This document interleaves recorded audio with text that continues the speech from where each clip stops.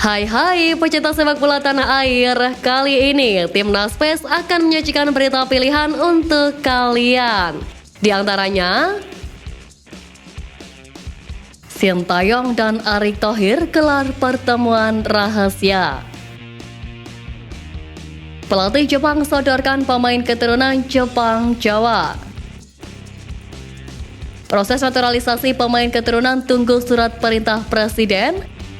Dan Timnas Indonesia jadi panutan rival bebuyutan. Jadi, simak terus berita Timnas PES selengkapnya.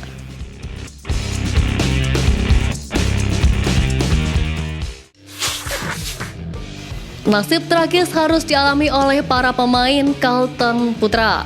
Aksi mogok bertanding, butut gaji ditunggak justru berujung pelaporan polisi oleh klub. Kasus ini bermula ketika 29 pemain Kalteng Putra sepakat untuk tidak berpartisipasi dalam pertandingan lanjutan Liga 2, bahkan memilih untuk kembali ke kampung halaman masing-masing sebelum pertandingan melawan PSJS. Keputusan ini diumumkan melalui media sosial oleh 23 pemain yang kemudian memicu reaksi keras dari manajemen klub. Manajemen Kalteng Putra merespon dengan melaporkan 23 pemain tersebut ke Polda Kalteng atas tuduhan fitnah dan penyebaran informasi palsu, karena menurut mereka tindakan pemain telah merusak nama baik klub. Aksi tersebut dilakukan karena Kalteng Putra belum membayarkan hak-hak pemain berupa gaji selama 2 bulan. Kasus ini pun menjadi perhatian Asosiasi Pesepak Bola Profesional Indonesia. Andri Tani Ardiasa selaku Presiden API menyatakan kekhawatirannya atas nasib para pemain yang kini terancam sanksi dan tindakan hukum. Sehingga ia berharap Komdis PSSI bisa bersikap bijak. Kekalahan Vietnam dari Timnas Indonesia di Piala Asia 2023 merupakan hal yang tak bisa diterima oleh Kapten Vietnam Do Hung Dung. Ia bahkan menganggap kekalahan itu sebagai hutang yang mengakibatkan kerugian hingga membuat Vietnam tersingkir prematur dan bahkan dinilai gagal total di Piala Asia 2023. Kekalahan dari Timnas Indonesia adalah hasil yang tidak diinginkan, tak hanya para pemain dan pelatih, tetapi juga seluruh masyarakat Vietnam. Karena itu, Hung Dung ingin membayar tuntas utangnya kepada Indonesia dalam lanjutan kualifikasi Piala Dunia 2026. Tak sampai di situ, ia pun melontarkan saiwar yang ditunjukkan kepada fans Timnas Indonesia agar memenuhi kandang Timnas Indonesia. Hung Dung mengaku pasukan Golden Star siap menghadapi puluhan ribu supporter Garuda yang hadir di stadion dalam pertandingan nanti. Pada gelaran Piala Asia 2023, Timnas Malaysia hanya mampu meraup 1 poin dari 3 laga. Piala Asia berikutnya akan diadakan di Arab Saudi pada 2027 mendatang. Namun banyak pemain di skuad Harimau Malaya yang saat ini mungkin sudah melewati batas pada edisi berikutnya. Tim asuhan Kim Pan-gon itu memiliki beberapa pemain berusia di atas 30 tahun dalam skuad Piala Asia 2023. Sementara Timnas Indonesia membawa skuad muda ke turnamen sepak bola terbesar di Asia itu, bahkan mampu lolos ke babak 16 besar. Oleh sebab itu, pelatih asal Malaysia Azraihor Abdullah meminta negaranya untuk berkaca pada tim merah putih. Menurutnya, Asosiasi Sepak Bola Malaysia harus menyadari bahwa masa depan tim nasional ada pada pemain muda.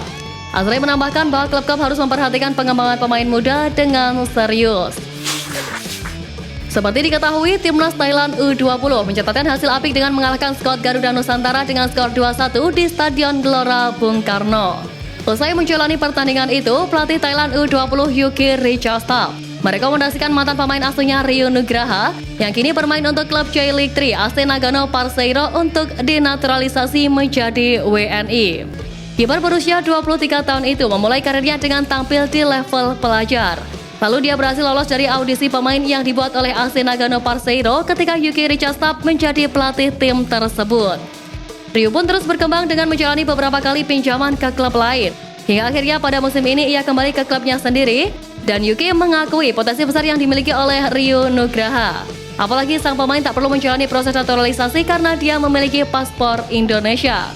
Untuk itu, Yuki meminta PSSI untuk mengundang Rio Nugraha demi membela Timnas Indonesia.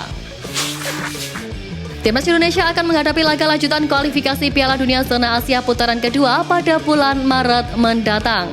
Sebagaimana diketahui di laga tersebut, skuad Garuda akan bertemu dengan musuh bebuyutan yakni Vietnam, tepatnya pada tanggal 21 dan 26 Maret. Jelang laga itu, tim asuhan Sintayong berpotensi ketambahan pemain keturunan lainnya, yakni Nathan Joaon, Ragnar Aratmangun, Tom Haye, dan Martin Paes. Wakil Ketua Umum PSSI Zainuddin Amali mengatakan pihaknya tengah berupaya agar proses naturalisasi keempat pemain tersebut cepat rampung, supaya bisa memperkuat lambang Garuda di dada. Kini terbaru, anggota DPR RI Hetifah Syaifuddin mengatakan jika proses naturalisasi tersebut masih menunggu surat perintah dari Presiden RI. Tentu supporter berharap proses pemain keturunan tersebut bisa cepat selesai.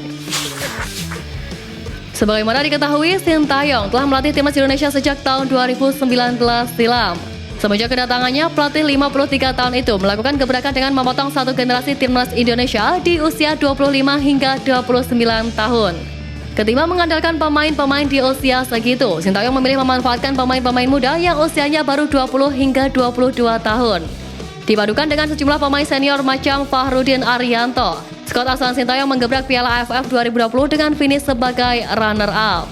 Kebiasaan mengandalkan pemain muda bahkan berlanjut hingga kini. Di gelaran Piala Asia 2023, timnas Indonesia tercatat memiliki rataan skuad termuda yakni 22,5 tahun. Di balik pemilihan pemain tersebut, Sintayong pun mengatakan jika dirinya ke Indonesia untuk mengubah sistem sepak bola dibandingkan untuk mengejar prestasi. Maka dari itu dirinya lebih memilih pemain muda untuk membela timnas Indonesia agar pondasinya lebih kuat jika dirinya sudah tidak lagi melatih Asnawi CS lagi. Belakangan ini supporter timnas Indonesia dikejutkan dengan Sintayong yang mengunfollow akun Instagram Erick Thohir. Kejadian ini seperti buntut polemik Sintayong yang buka-bukaan tentang sisa masa kerjanya bersama timnas Indonesia. Pelatih berusia 53 tahun itu sempat mengatakan ke salah satu media Korea Selatan bahwa kontraknya di timnas Indonesia akan berakhir pada Juni 2024. Selain itu, Sintayong juga menyebutkan bahwa ia dibidik oleh salah satu negara untuk menjadi pelatih kepala di sana. Kosin mengungkapkan hal tersebut dinilai untuk memberi kode bahwa ia seharusnya sudah diberi perpanjangan kontrak oleh PSSI. Pasalnya, Sintayong sudah membawa timnas Indonesia melaju ke babak 16 besar Piala Asia 2023. Di samping itu, usai pelatih 53 tahun itu terciduk unfollow ketum PSSI tersebut. Kini dirinya sudah memfollow lagi akun Erick Thohir, bahkan keduanya sudah saling bertemu di sebuah wawancara. Dengan bertemunya kedua belah pihak, diharapkan PSSI segera memperpanjang kontrak pelatih asal Korea Selatan tersebut. Sebab supporter Garuda sudah terlanjur jatuh cinta kepada Sintayong.